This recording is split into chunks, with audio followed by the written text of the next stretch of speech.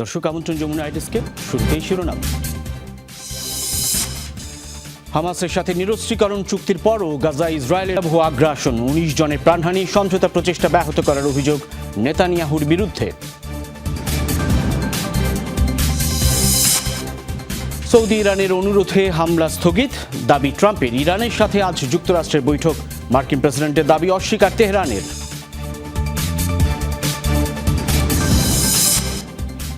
রাম মন্দিরের অনুদান চুরির অভিযোগে উত্তপ্ত ভারতের রাজনীতি, বিজেপির তোপের মুখে বিরোধীরা। পার্লামেন্টের প্রতিবাদে জেরে রাহুল গান্ধী ও পাপ্পু যাদবের বিরুদ্ধে মামলা।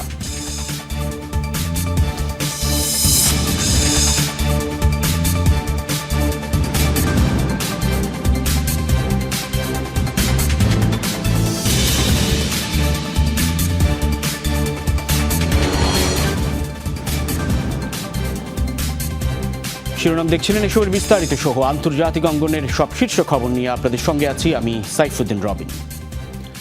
গাজায় আবারও নৃশংসতার নজির তৈরি করে চলেছে ইসরায়েল। ২৪ ঘন্টায় বোমা হামলায় প্রাণ হারিয়েছে ১৯ ফিলিস্তিনি। বিস্ফোরণে ছিন্ন ভিন্ন হয়ে গেছে তরতাজা মানুষের দেহ। এমনকি আঘাতে অনাকাঙ্ক্ষিত গর্ভপাতের মতো ঘটনাও ঘটেছে। যুদ্ধবিরতি চুক্তি পুরোপুরি ভেস্তে দিতেই আগ্রাসনে মাত্রা বাড়িয়ে চলেছে ইসরায়েল, এমন অভিযোগ হামাসের।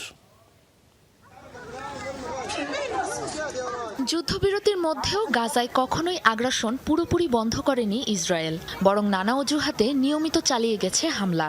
এবার যখন চুক্তির দ্বিতীয় ধাপ বাস্তবায়নের তোড়জোড় চলছে, তখন আবারও উন্মত্ত হয়ে উঠেছে আইডিএফ। ইসরায়েলি বাহিনীর নারকীয়তার শিকার শিশু থেকে বৃদ্ধ সব বয়সের ফিলিস্তিনি। রোববারও টার্গেট হয়েছে গাজা সিটি, খান ইউনিস এবং দের আল বালার বিভিন্ন এলাকা। বিস্ফোরণে গর্ভপাতের মতো নৃশংসতার সাক্ষীও হয়েছে উপত্যকা। বিদ্যুৎ ছিল না, পুরো এলাকা অন্ধকার ছিল। আমরা সকালে এখানে কাজ করতে এসে শিশুটির মরদেহ দেখতে পাই। মায়ের পেট থেকে ছিটকে বের হয়ে এসেছে। তার মায়ের মরদেহের অর্ধেক অংশ বহু কষ্টে টেনে বের করি। বাবার অবস্থাও একই রকম ছিল, সবাই টুকরো টুকরো হয়ে গেছে। হামলার উদ্দেশ্য যুদ্ধবিরতি চুক্তি ভেস্তে দেওয়া। রোববার এক বিবৃতিতে এমন অভিযোগ করেছে ফিলিস্তিনি স্বাধীনতাকামী সংগঠন হামাস। ইসরায়েলের নাশকতা বন্ধে মধ্যস্থতাকারী দেশগুলোকে এগিয়ে আসার আহ্বান জানায় স্বাধীনতাকামী সংগঠনটি। ইসরায়েলের কর্মকাণ্ডের নিন্দা জানিয়েছে অন্যতম প্রধান মধ্যস্থতাকারী তুরস্ক। বিবৃতিতে দেশটির পররাষ্ট্র মন্ত্রণালয় অভিযোগ করে, শান্তি প্রতিষ্ঠার কোনো ইচ্ছাই নেই ইসরায়েলি প্রধানমন্ত্রী বেনিয়ামিন নেতানিয়াহুর। পুরো মধ্যপ্রাচ্যকে যুদ্ধক্ষেত্রে পরিণত করতে চান তিনি। সম্প্রতি ফিলিস্তিনি কর্তৃপক্ষের কাছে অস্ত্র সমর্পণে রাজি হয়েছে হামাস। তবে উপত্যকা থেকে ইসরায়েলি সেনা প্রত্যাহার ও ইয়েলো লাইন অতিক্রম না করার শর্ত দিয়েছে তারা, যদিও কোনো শর্তেরই তোয়াক্কা করছে না আইডিএফ। সাবরিনা নুসরাত, যমুনা নিউজ। বাংলাদেশের প্রথম 5D AI ইনভার্টার যুক্ত সর্বোচ্চ বিদ্যুৎ সাশ্রয়ী যমুনা এয়ার কন্ডিশনার। তেহরান এবং রিয়াদের অনুরোধেই ইরানে হামলার পরিকল্পনা বাতিল করা হয়। এরই ফলশ্রুতিতে সোমবার ইরানের সাথে আলোচনায় বসছে যুক্তরাষ্ট্র, এমনটি জানিয়েছেন স্বয়ং মার্কিন প্রেসিডেন্ট ডোনাল্ড ট্রাম্প। হরমুজ প্রণালী এবং ইরানের পরমাণু কর্মসূচি নিয়ে আরেকটি চুক্তি হতে পারে বলেও আভাস দেন তিনি। যদিও মার্কিন প্রেসিডেন্টের এমন দাবি উড়িয়ে দিয়েছে ইরান। তেহরান বলছে হরমুজ নিয়ে কোনো ছাড় দেওয়া হবে না। গেল সপ্তাহে শেষ নাগাদ কমে আসে ইরান যুক্তরাষ্ট্রের হামলা পাল্টা হামলার পরিধি। রোববার ইরানে হামলা স্থগিতের ঘোষণা আসে মার্কিন প্রেসিডেন্টের তরফ থেকে। এই অবস্থায় এয়ারফোর্স ওয়ানে নতুন বার্তা দিলেন ডোনাল্ড ট্রাম্প। সাংবাদিকদের বলেন, আলোচনার মাধ্যমে সমাধানের পথ খোঁজা হবে। একই সাথে দাবি করেন, ইরানের বিরুদ্ধে দ্বিতীয় বিশ্বযুদ্ধের পর সবচেয়ে বড় সামরিক হামলা চালানোর প্রস্তুতি ছিল যুক্তরাষ্ট্রের। তবে ইরান, সৌদি আরব এবং সংযুক্ত আরব আমিরাতের অনুরোধে সে হামলা স্থগিত করা হয়েছে। সৌদি আরব, ইরান এবং আরব আমিরাত আমাকে অনুরোধ জানিয়েছিল হামলা থেকে বিরত থাকতে। আমাদের পরিকল্পনা ছিল ইরানে সবচেয়ে বড় এবং কঠোর হামলা চালানোর, কিন্তু সেই পরিকল্পনা থেকে সরে এসেছি। তাদের সাথে আলোচনাতেও বসতে চলেছি। আশা করছি হরমুজ এবং পরমাণু ইস্যুতে সমঝোতায় পৌঁছানো সম্ভব হবে।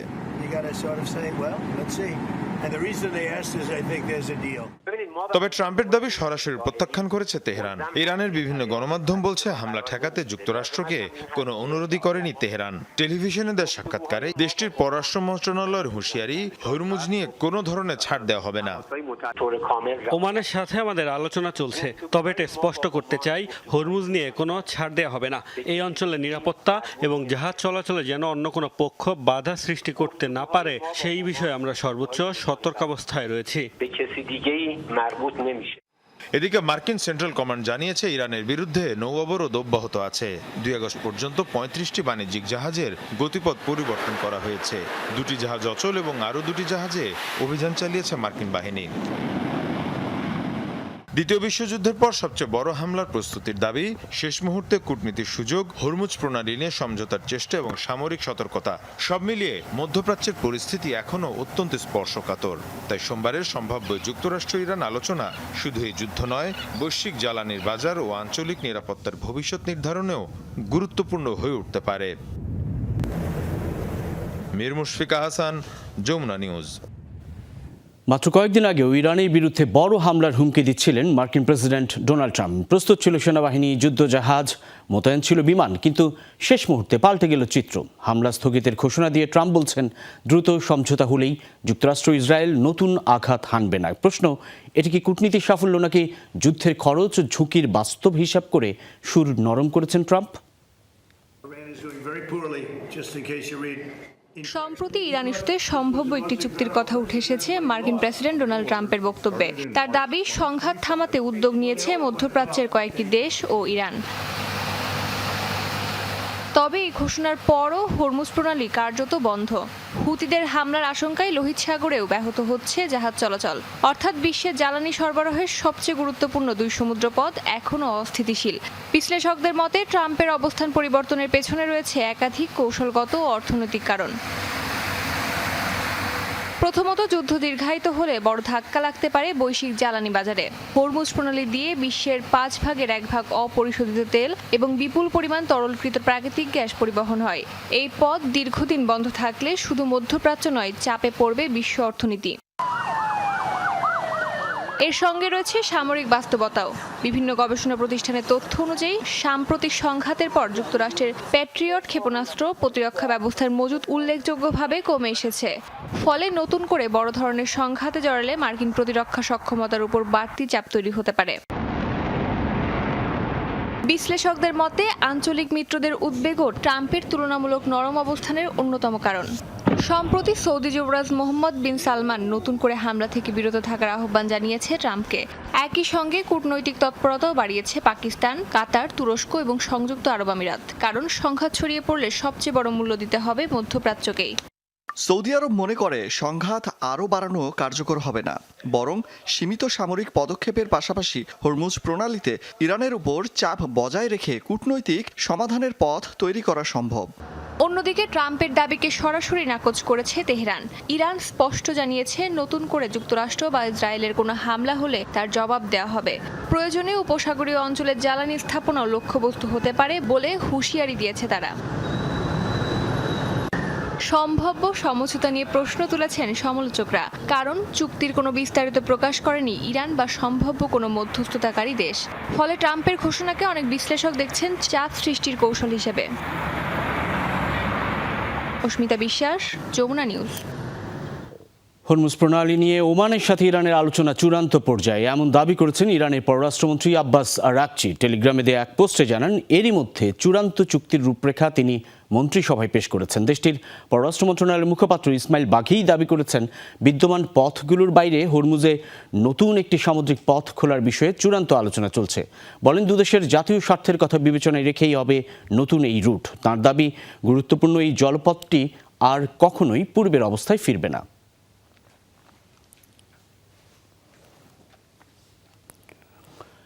ওমান উপকূলের কাছে একটি তেলবাহী ট্যাঙ্কারের কাছাকাছি বিস্ফোরণের খবর পাওয়া গেছে, নিশ্চিত করেছে যুক্তরাজ্যের মেরিটাইম ট্রেড অপারেশনস ইউকেএমটিও।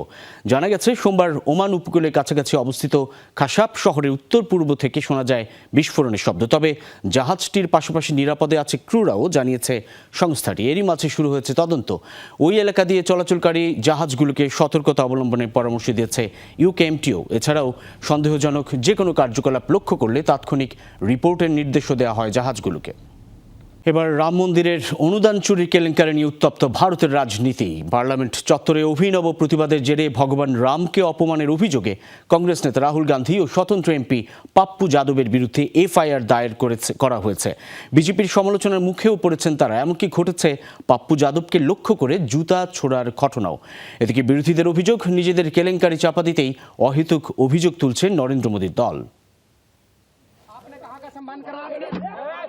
দিল্লিতে নিজ বাসভবনে সংবাদ সম্মেলন চলাকালে হামলার শিকার ভারতের স্বতন্ত্র এমপি পাপ্পু যাদব। তাকে লক্ষ্য করে ছোড়া হয় জুতা। অভিযুক্তের দাবি, ভগবান রামকে অপমান করার প্রতিবাদে এই পদক্ষেপ। পরে অবশ্য পাপ্পুর সমর্থকরা তাকে ধরে পুলিশে সোপর্দ করেছে। ঘটনার সূত্রপাত চলতি সপ্তাহে পার্লামেন্ট চত্বরে পাপ্পু যাদবের এক ব্যতিক্রমী প্রতিবাদ ঘিরে। রাম মন্দিরে ভক্তদের অনুদানের অর্থ চুরির বিরুদ্ধে প্রতীকী ব্যঙ্গনাটক করেন পাপ্পু। গেরুয়া পোশাক পরে বসে পড়েন দান বাক্স নিয়ে। সেখানে অর্থ দান করতে দেখা যায় পার্লামেন্টের বিরোধী দলীয় নেতা রাহুল গান্ধীকে। এই ঘটনাকে কেন্দ্র করে কংগ্রেস ও বিরোধী এমপিদের তুলোধুনো করছে বিজেপি নেতারা। তুলেছে ভগবান রামকে অপমান করার অভিযোগ। এমনকি রাহুল ও পাপ্পুর বিরুদ্ধে এফআইআর দায়ের করা হয়েছে। এটি অত্যন্ত দুর্ভাগ্যজনক যে দুই পাপ্পু পার্লামেন্ট চত্বরে নিজেদের কার্যকলাপের মাধ্যমে সনাতন ধর্ম ও সাধু সন্তদের অপমান করেছেন। গেরুয়া পোশাক পরে তারা এই কাজ করছে। আমাদের দেশের জন্য এটি দুর্ভাগ্যজনক যে ভোট পাওয়ার স্বার্থে কংগ্রেস বা সমাজবাদী পার্টির মতো রাজনৈতিক দলগুলো সনাতন ধর্মকে কলঙ্কিত করছে। সনাতন ধর্মের মানুষের প্রতিশোধ নেবে। এদিকে বিরোধীদের অভিযোগ, চুরির ঘটনাকে আড়াল করার পায়তারা করছে বিজেপি সরকার। আর তাই ব্যতিক্রমী প্রতিবাদকে ইস্যু বানানোর চেষ্টা চলছে। রাহুল গান্ধীর বিরুদ্ধে এফআইআর এবং পাপ্পু যাদবের ওপর হামলা দুটোই অন্যায়। এর থেকে এটা স্পষ্ট যে রাম মন্দিরের অনুদান চুরির সাথে জড়িতদের সরকার, আরএসএস এবং ভিএইচপি আড়াল করার চেষ্টা করছে। মন্দিরের অনুদান চুরির বিষয়টি অত্যন্ত গুরুতর। পাপ্পু যাদবের মতো একজন নির্বাচিত জনপ্রতিনিধি রাম মন্দির ইস্যুতে প্রতীকী প্রতিবাদ জানিয়েছেন। তার এই প্রতিবাদ নিয়ে আলোচনা হচ্ছে, অথচ যারা চুরির ঘটনার সঙ্গে জড়িত তাদের দেয়া হচ্ছে সুরক্ষা।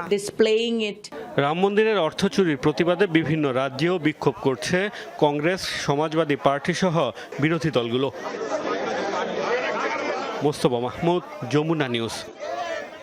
সংবাদ সম্মেলন চলাকালে হামলার শিকার হলেন ভারতের স্বতন্ত্র এমপি পাপ্পু যাদব। নয়াদিল্লিতে নিজ বাসভবনে সাংবাদিকদের সাথে কথা বলার সময় তাকে লক্ষ্য করে জুতা ছোড়ার অভিযোগ উঠেছে। এ সময় তার সমর্থকরা ক্ষুব্ধ হয়ে উঠলে ছড়ায় উত্তেজনা। পরে অভিযুক্তকে পুলিশের কাছে সোপর্দ করা হয়। হামলাকারীর কাছ থেকে মিলেছে একটি ধারালো ছুরিও। পাপ্পু যাদবের দাবি, তাকে হত্যা করাই ছিল ওই ব্যক্তির উদ্দেশ্য। সম্প্রতি রাম মন্দিরের অনুদান চুরি নিয়ে পার্লামেন্টের চত্বরে কংগ্রেসের সাথে ব্যতিক্রমী প্রতিবাদে অংশ নেন পাপ্পু যাদব। রাহুল গান্ধী ও তাঁর বিরুদ্ধে হিন্দু সাধুদের অপমানের অভিযোগ তুলে এফআইআরও দায়ের করা হয়েছে।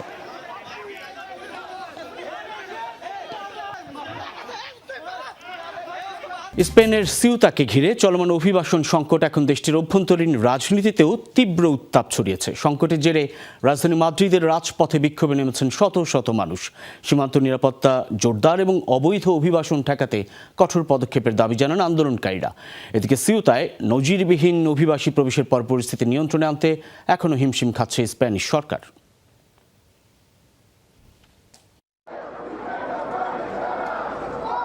ব্যানার, ফেস্টুন আর জাতীয় পতাকা হাতে মাদ্রিদের রাজপথে বিক্ষোভে নেমেছে হাজারো স্প্যানিশ।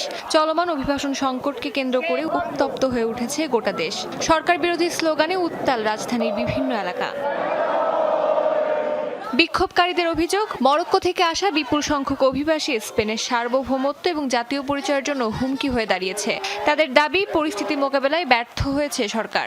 গুরুত্ব দেওয়া হচ্ছে না সাধারণ মানুষের মতামতকে। আমার মনে হয় এটি স্পেনের সার্বভৌমত্বের লঙ্ঘন। এটি এক ধরনের আগ্রাসন। বিষয়টি জঘন্য। রাজনৈতিক নেতৃত্ব জনগণের চিন্তা, অনুভূতি ও প্রত্যাশা থেকে সম্পূর্ণ বিচ্ছিন্ন। আমি এখানে এসেছি স্পেনের জনগণ এবং আমার সন্তানদের নিরাপত্তার জন্য। আমি চাই সীমান্তের প্রতি সম্মান দেখানো হোক এবং পরিস্থিতির সঠিক সমাধান হোক। এদিকে কট্টর ডানপন্থী নেতা সান্তিয়াগো আবাসকাল সিউতা সফর করে সরকারের অভিবাসন নীতিকে ব্যর্থ বলে মন্তব্য করেছেন। একই সঙ্গে প্রধানমন্ত্রী পেদ্রো সানচেজের বিরুদ্ধে অবৈধ অভিবাসনকে উৎসাহিত করার অভিযোগও তোলেন তিনি। ইউরোপের সীমান্ত নিয়ন্ত্রণ করা জরুরি। সানচেজ ইউরোপকে ধ্বংসের পথে ঠেলে দিচ্ছেন। তিনি স্প্যানিশ নাগরিকত্ব দিয়ে বৈধ অভিবাসনকে উৎসাহিত করছেন। তিনি এখানে অবৈধভাবে প্রবেশ করা সবাইকে বৈধতা দিতে চান। স্প্যানিশ কর্তৃপক্ষের তথ্য অনুযায়ী গত বৃহস্পতিবার থেকে স্থল ও সমুদ্রপথে সিউতায় প্রবেশ করেছে প্রায় 60,000 মানুষ। এর মধ্যে প্রায় 50,000 অনুপ্রবেশকারীকে 48 ঘন্টার মধ্যেই মরক্কোতে ফেরত পাঠানো হয়েছে। নিরাপত্তা ব্যবস্থা জোরদার করা হলেও এখনও অনেকে সমুদ্রপথে সিউতায় পৌঁছানোর চেষ্টা করছেন। ফলে অবৈধ অভিবাসন নিয়ন্ত্রণে হিমশিম খেতে হচ্ছে স্প্যানিশ প্রশাসনকে। অস্মিতা বিশ্বাস, যমুনা নিউজ। মিয়ানমারের ক্ষমতাচ্যুত নেত্রী অং সান সুচির সাথে সাক্ষাৎ করেছে আন্তর্জাতিক রেডক্রস কমিটির প্রতিনিধি, নিশ্চিত করেছে মিয়ানমার সরকারের এক মুখপাত্র। সোমবার রাজধানী নেইপিদোতে সুচির সাথে সাক্ষাৎ করেন মিয়ানমারের রেডক্রস আবাসিক প্রতিনিধি আর্নাউ ডি বাকেকে। সুচির শারীরিক অবস্থা নিয়ে তৈরি হওয়া উদ্বেগের জেরে হয় এই সাক্ষাৎ। প্রকাশ করা হয়েছে এর বেশ কিছু ছবিও। তবে এই বিষয়ে এখনও কোনো রকম মন্তব্য আসেনি আন্তর্জাতিক রেডক্রস কমিটির পক্ষ থেকে।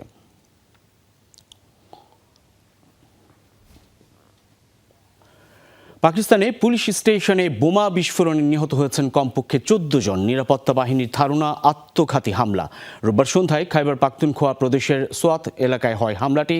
আরও 18 জন গুরুতর আহত। পুলিশের ধারণা সন্দেহভাজন আত্মঘাতী ছাড়াও কয়েকজন সহায়তাকারী ছিলেন। চলছে তল্লাশি অভিযান ও তদন্ত। এই ঘটনায় শোক প্রকাশ করে বিবৃতি দিয়েছেন দেশটির প্রধানমন্ত্রী শেহবাজ শরীফ। সম্প্রতি সীমান্তবর্তী এলাকাগুলোয় বেড়েছে সন্ত্রাসী তৎপরতা। প্রায়ই সেনাবাহিনী ও পুলিশ পরিণত হচ্ছে টার্গেটে। পরিস্থিতির অবনতির জন্য আফগানিস্তানের তালেবানকে দায়ী করছে পাকিস্তান সরকার। তাদের বিরুদ্ধে জঙ্গি সহায়তার অভিযোগ করেছে ইসলামাবাদ, তবে তা সাফ অস্বীকার করেছে তালেবান।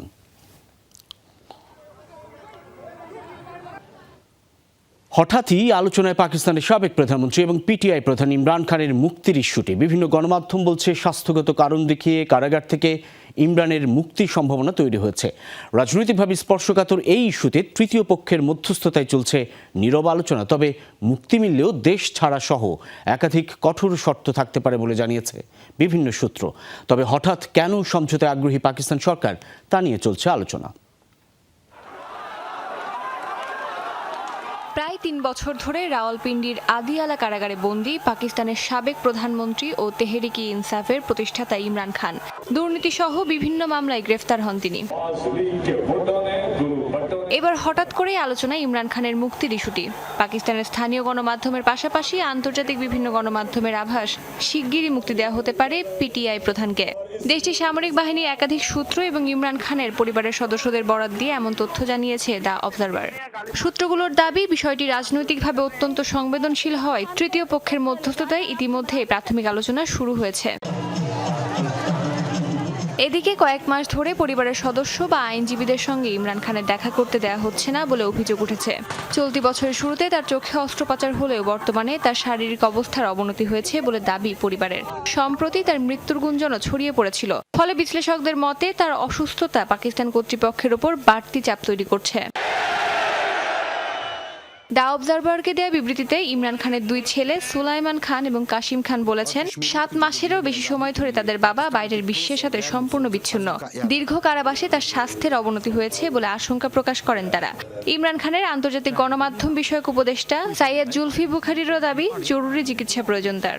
ইমরান খানের স্বাস্থ্যের অবনতি হচ্ছে এবং তার জরুরি ভিত্তিতে যথাযথ চিকিৎসার প্রয়োজন। তাকে কারাবাসে রাখা হয়েছে এবং তার বোন, পরিবারের সদস্য কিংবা আইনজীবীদের সঙ্গেও তাকে দেখা করতে দেয়া হচ্ছে না। সরকারের যদি ন্যূনতম দায়িত্ববোধ থাকে তবে তাদের উচিত চিকিৎসার প্রয়োজনে ইমরান খানকে মুক্তি দেয়া। এর আগে 2019 সালে একই ধরনের সমঝোতার আওতায় চিকিৎসার জন্য লন্ডনে যাওয়ার অনুমতি পেয়েছিলেন সাবেক প্রধানমন্ত্রী নওয়াজ শরীফ। তাই ধারণা করা হচ্ছে ইমরান খানের ক্ষেত্রেও যদি এমন কোনো সমঝোতা হয় তবে দেশ ত্যাগ, রাজনীতি থেকে দূরে থাকা এবং এই বিষয়ে প্রকাশ্যে নীরব থাকার মতো কঠোর শর্ত থাকতে পারে। অস্মিতা বিশ্বাস, যমুনা নিউজ। ইসরায়েলের সাথে নাৎসি বাহিনীর কর্মকাণ্ডের তুলনা করা হলে ফৌজদারি অপরাধ হবে না। বাক স্বাধীনতার অধিকার নিশ্চিতে নতুন এই রায় জারি করেছেন জার্মানি আদালত। এই তথ্য নিশ্চিত করেছে দেশটির আইন বিষয়ক ওয়েবসাইট। সম্প্রতি ইসরায়েলের তীব্র সমালোচনা করে দেশটির পতাকার পাশে নাৎসিদের স্বস্তিকায় স্টার অব ডেভিড সহ বিভিন্ন চিহ্ন সম্বলিত বেশ কিছু ছবি আপলোড করেছিলেন এক নারী। ক্যাপশনে ব্যবহার করেছিলেন free Palestine, Gaza is under attack জাতীয় হ্যাশট্যাগও, যার দায়ে ওই নারীকে প্রায় 2,400 ইউরো জরিমানা করেছিল আদালত। তবে আপিল পরবর্তী শুনানি বাতিল করা হয় সেই রায়। বাক স্বাধীনতার কথা মাথায় রেখে এই ধরনের ঘটনার অতি ব্যাখ্যা না করতে সতর্ক করেন আদালত। দাবানলের আগুনে পুড়ছে যুক্তরাষ্ট্রের পূর্ব ওয়াশিংটন অঙ্গরাজ্য। নিরাপদে সরিয়ে নেওয়া হয়েছে অন্তত 60,000 মানুষকে। প্রশাসন জানিয়েছে রোববার দাবানলের ছড়িয়ে পড়া আগুনে ক্ষতিগ্রস্ত হয় অন্তত 600 বাড়িঘর ও অবকাঠামো। পুড়ে গেছে রাজ্যটির স্পোকেন শহর ও আশপাশের প্রায় 21 বর্গ কিলোমিটার বিস্তীর্ণ এলাকা। এছাড়াও রাজ্য জুড়ে দাবানলে আগুনে পুড়েছে প্রায় 1000 বর্গ কিলোমিটার বনভূমি। আগুন নেভাতে পুরোদমে কাজ করছে ফায়ার সার্ভিস। যদিও এখনও নিয়ন্ত্রণে আসেনি আগুন, তবে মেলেনি কোনো রকম হতাহতের খবর। আগামী কয়েকদিন শুষ্ক আবহাওয়া অব্যাহত থাকার পূর্বাভাস দিয়েছে কর্তৃপক্ষ।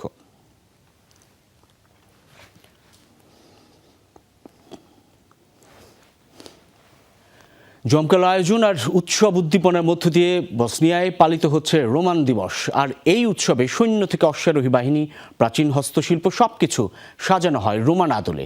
আয়োজন উপভোগে যোগ দেন নানা বয়সী মানুষ। এরই মাধ্যমে নতুন প্রজন্মের কাছে তুলে ধরা হচ্ছে রীতিনীতি আর সংস্কৃতি। এক হাতে প্রাচীন তলোয়ার, আরেক হাতে ঢাল, মাথায় হেলমেট, নিজেদের মধ্যে লড়ছে যোদ্ধারা। এ যেন কোনো মুভির সেট, কিন্তু না, এসব আয়োজন করা হয়েছে ঐতিহ্যবাহী রোমান দিবস উপলক্ষে। তৈরি করা হয়েছে প্রাচীন রোমান যোদ্ধাদের জন্য কোলোসিয়ামের রেপ্লিকা। প্রাচীন কোলোসিয়ামে গ্ল্যাডিয়েটরদের লড়াইয়ের রোমাঞ্চকর দৃশ্য উপভোগ করতে আসতেন হাজার হাজার দর্শনার্থী। আর তাদের সেই ঐতিহ্য ধরে রাখতেই উৎসবে তৈরি করা অস্থায়ী কোলোসিয়ামের লড়াইয়ে মাতেন যোদ্ধারা। আয়োজনে কোনো কমতি রাখেনি উদ্যোক্তারা। সৈন্য থেকে শুরু করে অশ্বারোহী বাহিনী, প্রাচীন হস্তশিল্প সবকিছুই রোমান আদলে তৈরি করা হয়। আর শিশু, বৃদ্ধ সহ সব বয়সী মানুষ এই উৎসবে অংশ নেয়। সকলের পরনেই ছিল রোমান সাম্রাজ্যের পাহাড়ি পোশাক। উৎসবে অংশ নিয়ে সে প্রাচীন রোমে ফিরে যাওয়ার অনুভূতি সত্যি গর্বের। শিল্পকলার মাধ্যমেই আমরা নিখুঁতভাবে আমাদের ফেলে আসা ইতিহাসে ফিরে যেতে পারছি। ফেস্টিভ্যালে বিক্রি করা হয় বিভিন্ন ধরনের সুগন্ধি, যা প্রাচীন উপায়ে তৈরি করা হয়। প্রাচীন রোমের ঐতিহ্যকে বর্তমানের সাথে মিলিয়ে ঐতিহ্যবাহী কায়দায় নিজের পছন্দ মতো পারফিউম তৈরি করার এক দারুণ সুযোগ এনে দিয়েছে আজকের দিনটি। বিশাল এলাকা জুড়ে মোট 72টি আলাদা জোনে সাজানো হয়েছে এই উৎসবটি। শিশুদের জন্য প্রাচীন নাগরদোলারও ব্যবস্থা ছিল। শিশুদের জন্য ইতিহাস শেখার এবং এই অঞ্চলে যে এক সময় রোমান সাম্রাজ্য ছিল তা মনে করিয়ে দেওয়ার এটি একটি দারুণ সুযোগ, যা পুরো অঞ্চলের ঐতিহ্যকে সবার সামনে তুলে ধরে। এই উৎসব কেবল একটি বিনোদনমূলক আয়োজনই ছিল না, বরং ফেলে আসা ইতিহাস ও শেকড়ের সাথে মেলবন্ধনও ঘটিয়েছে। মাহমুদ সাকিব, যমুনা নিউজ। যমুনা ডেস্ক আজ এ পর্যন্তই। এতক্ষণ আমাদের সাথে থাকার জন্য ধন্যবাদ সকলকে।